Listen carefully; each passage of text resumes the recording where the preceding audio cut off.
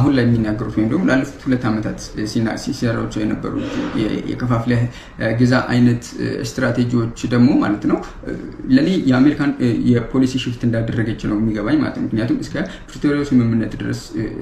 ፕሪቶሪያው ስምምነት ጊዜ ድረስ ማለት ነው የህወሓትን ለማትረፍ ወይም ደግሞ ህወሓትን በህወሓት አማካኝነት ኢትዮጵያን ኮንትሮል ለማድረግ ሲሞከር የነበረበት አጋጣሚ ነበር። ነገር ግን የፕሪቶሪያው ስምምነት ደግሞ ሌላ ነገር ይዞ የመጣው ምንድነው ዋይት ማን ሴቪየር ኢንዱስትሪያል ኮምፕሌክስ የሚሉትን ነገር ወይም ደግሞ የሚሉትን መሪ አፍራሽ ሆኖ ነው የመጣው ማለት ነው። ቢኮዝ አፍሪካን ሶሉሽን ፎር አፍሪካን ፕሮብሌም የሚል ነገር ነው ይዞ የመጣው ማለት ነውና ከዛ ጊዜ ጀምሮ ኢትዮጵያን በተመለከተ የአፍሪካ ፖለቲከኞችና ሚዲያዎቻቸው የሚያወሯቸው የተወሰኑ ወይም ደግሞ የተመዘገቡ ነጥቦች አሉ ማለት ነው። እነዛ ነጥቦች የአሜሪካንን የፎሬን ፖሊሲ ወይም ደግሞ ኢትዮጵያን በተመለከተ ሽፍት እንዳደረገች ማሳያ ነው የሚሆነው ማለት ነው። ለዚህ ደግሞ ማሳያ የሚሆናቸው ኖቬምበር 2 2023 ማለት ነው የፕሪቶሪያው ስምምነት የተፈረመበትን አንደኛ ዓመት አስመልክቶ ማለት ነው አንቶኒ ብሊንከን የአጠቃላይ አሰስመንት ወይም ደግሞ አጠቃላይ መግለጫ አውጥተው ነበር ማለት ነው። እና ይሄ ስቴትመንታቸውን በተመለከተ ማለት ነው ኖቬምበር 5 2023 ላይ አንድሪው ኮርዶ የሚባል የአሜሪካን ጂኦፖለቲክስ አናሊሲስት ማለት ነው the US is once again trying to stir troubles inside Ethiopia and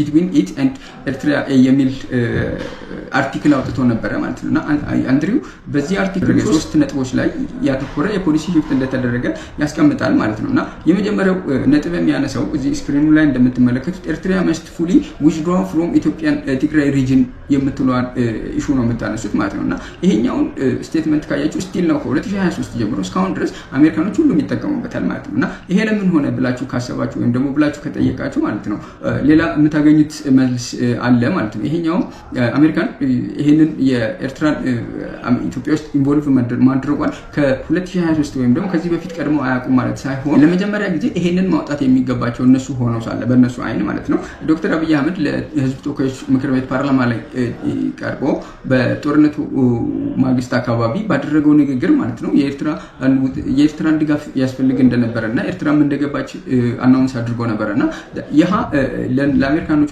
ትሪገር ፖይንት ነው ብዬ አስባለሁ ማለት ነው። ኋላ ላይ መጣበታለሁ ለምን እንደዚህ እንዳስብ። ሁለተኛው ግን በኤርትራ ኢትዮጵያና ሶማሌላ በኩል የተፈረመውን የሶስትዮሽ ስምምነትን የማፍረስ እቅድ ነው ማለት ነው። እና ያንን ኦልሬዲ ፋርማጆን ከስልጣን በማስወገድ ሰክሰስፉል አድርገውታል። ከዛ በተረፈ ግን በኢትዮጵያና በኤርትራ መካከል ያለው ነገር ደግሞ ማበላሸት የሚለው ሁለተኛው አጀንዳ ነው ማለት ነው።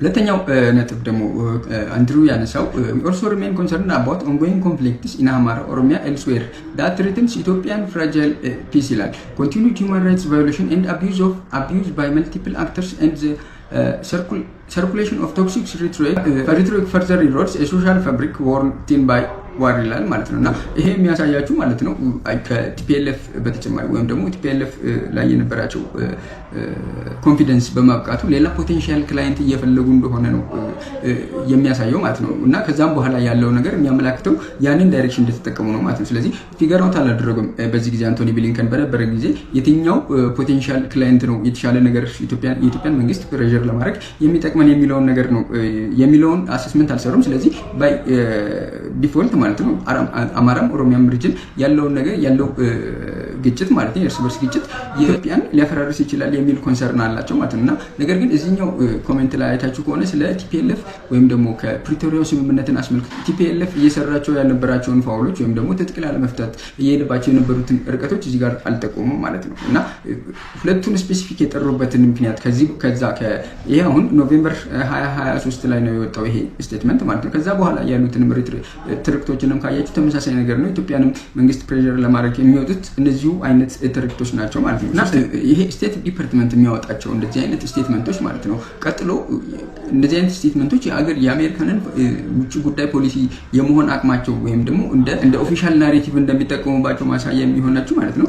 ከ3-4 ቀን በኋላ ኖቬምበር 8 2023 ላይ አሌክስ ዲዋል የቢቢሲ ላይ ማለት ነው ኢትዮጵያ ፒኤም አብይ አህመድ አይስ ሬድ ሲ ፖርት ኢንፍሌሚንግ ቴንሽንስ የሚል አርቲክል አውጥቷል ማለት ነው። እና በዚህ አርቲክሉ ላይ እንግዲህ አሌክስ ዲዋል እንደሳቸው ወይም ደግሞ እንደ አንቶኒ ብሊንከን ዲፕሎማቲክ የሆኑ ወርዶችን ሳይጠቀም በግርድፉ የኢትዮጵያ መንግስት ኤርትራን ሊወር መጥቷል ወይም ደግሞ ኤርትራን ለመውረር ተቃርቧል የሚል ነው ማለት ነው። እና አንድሪው ኮቢክ ይሄንን ሲያወጣ ማለት ነው ፎከስ ያደረገው ምንድነው ይሄ አንግሎ አሜሪካን አክሲስ ወይም ደግሞ ኢንተረስት ኦፍ አንግሎ አሜሪካንስ አክሲስ የሚለው ማለት ነው። አንግሎ አሜሪካን ማለት አጠቃላይ የምዕራቡ ዓለም ኢንተረስት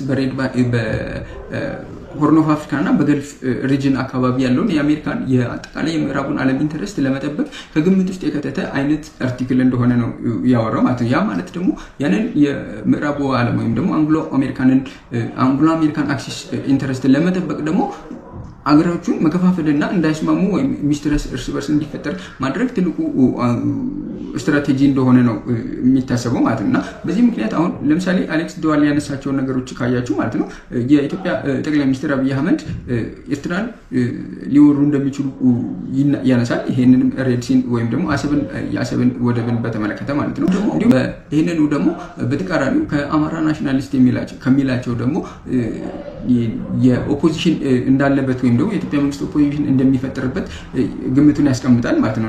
እንዲሁም ደግሞ የኢንፎርሜሽን ዋርፌሩ አጠቃላይ እዚህ ጋር ታክቲክ የተጠቀሙት ማለት ነው በኢትዮጵያና በኤርትራ መካከል ሚስትረስት እንዲኖር ነው ማለት ነው። አንቶኒ ብሊንከን ቀድሞ አደረጉት። ከሁለት ቀን በኋላ ቢቢሲ አሌክስ ዱዋል ይሄን ጻፈው፣ ሌሎችም ይሄን እየተከተሉ የሄዱ ነው ማለት ነው። ምናልባት አሌክስ ዱዋልን ከቲፒኤልኤፍ ሲምፓታይዘር ስለሆነ ብለን ልናስብ ይችላል። ነገር ግን የፈለገ ሲምፓታይዘር ቢሆን ማለት ነው ፎሪን ፖሊሲዎችን ሼፕ የማድረግ አቅም አላቸው እነዚህ ሚዲያዎች፣ እነዚህ ግለሰቦች ስፔሻሊ ሶ ኮልድ ኤክስፐርት የሚሏቸው ሰዎች ማለት ነው። እና ያለ ምክንያት እዚህ ቦታ ላይ አልተቀመጡም፣ ያለ ምክንያት ይሄ ፕሪቪሌጅ አልተሰጣቸውም የሚል እሳቤ ነው ያለኝ ማለት ነው። እና እንዲሁም ደግሞ ከኢንተርናል ዲቪዥንም የሚፈጥሩ ልክ የእሳቸውን የአንቶኒ ብሊንከንን በአማራና በኦሮሞ ክልሎች መካከል እየተፈጠረ ያለውን ግጭት ማለት ነው ከቁጥጥር ውጭ ሊወጣ እንደሚችልና ኢትዮጵያንም የመከፋፈል አደጋ እንዳለው ይናገራሉ ማለት ነው። እንዲሁም ደግሞ ኢትዮጵያን ከዩኤኢ ጋር ያላትን ግንኙነትም እዚህ ጋር ያነሳል ማለት ነው። ስለዚህ ፈርስት ፕራዮሪቲ የነበረው ምንድነው የኢትዮጵያን ኢንተርናል ፍራክቸር ማድረግ ወይም ደግሞ ኢንተርናል መከፋፈል ሲሆን፣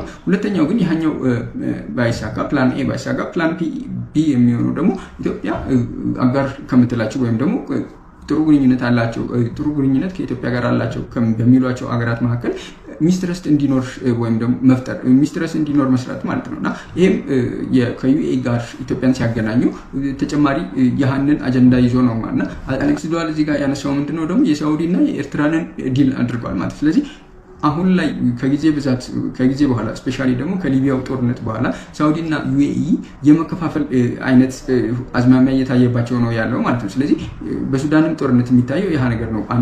ሳውዲ የምትደግፈው አልቡርሃንን ሲሆን ዩኤኢ ደግሞ የምትደግፈው አምሪቲ ነው። ስለዚህ የኤርትራን ከሳውዲ ጋር በማገናኘት ኢትዮጵያን ደግሞ ከዩኤኢ ጋር በማገናኘት ሪጂናል ዲቪዥን እንዲፈጠር ወይም ደግሞ እንዲሰፋ የማድረግ ስትራቴጂም ጭምር ነው ማለት ነው።